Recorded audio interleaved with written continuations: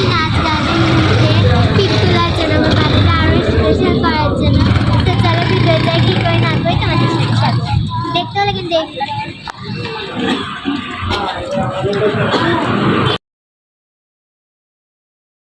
আমাদের ওখানে যেতে লেট হয়ে গিয়েছিল, প্রায় সন্ধ্যা নেমে এসেছিল, তাই আমরা এসে আগে কিছু পিক তুলে নিলাম।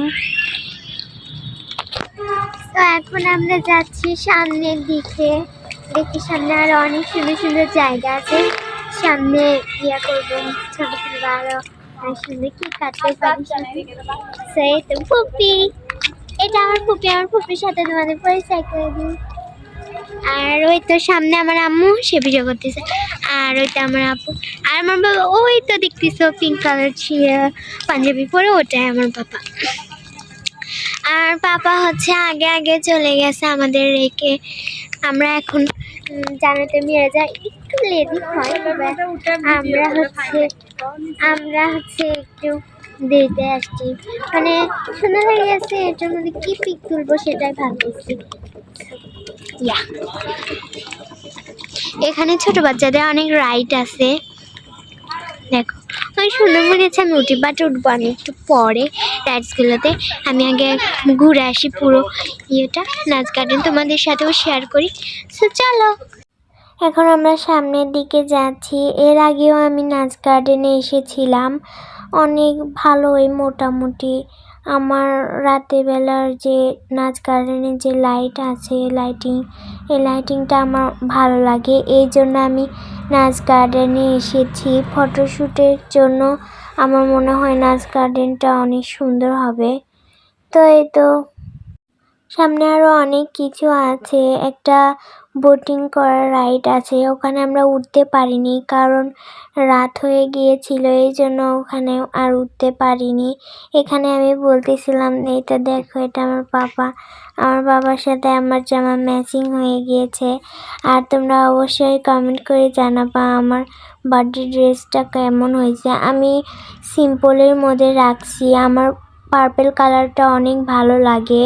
এই তো দেখো নাচ গার্ডেনে অনেক সুন্দর লাইটিং, আমার এই জন্যই নাচ গার্ডেনটা বেশি ভালো লাগে।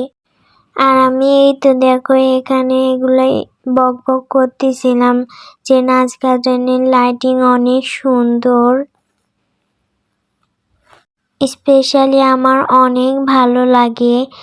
আর আমার ফুপি এইদিকে ভিডিও করতেছিল, আমার ফুপিরও একটা ছোটোখাটো পেজ আছে। বার্থডে ব্লগটা দিতে অনেক দেরি হয়ে গেল, আমি চেয়েছিলাম আরও আগে আপলোড দিতে, কিন্তু আমার সামনে এক্সাম, তাই আমি ব্লগটা আপলোড দিতে পারিনি।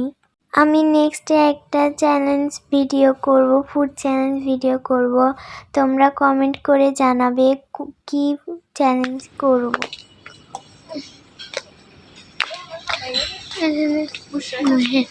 এখানে লাভ হার্ড আছে, তুমি খাও। ওই তো বাবা যে বসে আছে, অনেক সুন্দর লাইটিং আছে।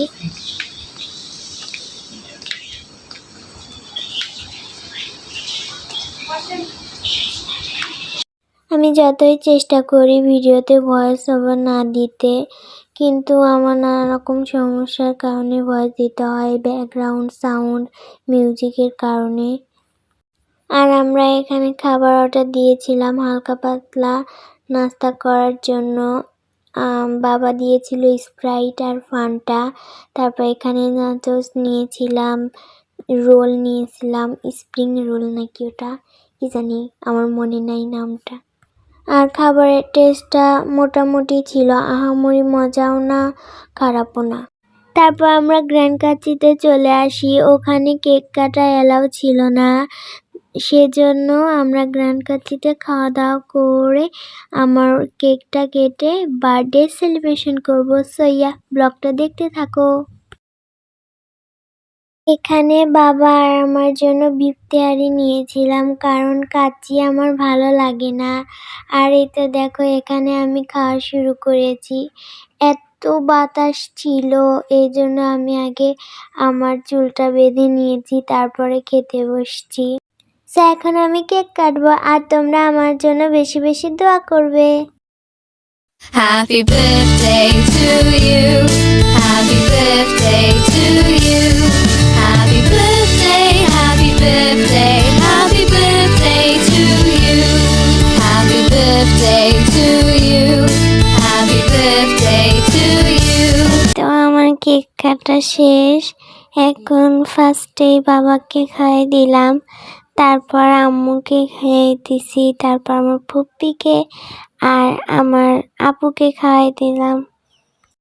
এখানে বাবা আর আম্মু মিলে আমাকে খাইয়ে দিচ্ছিল।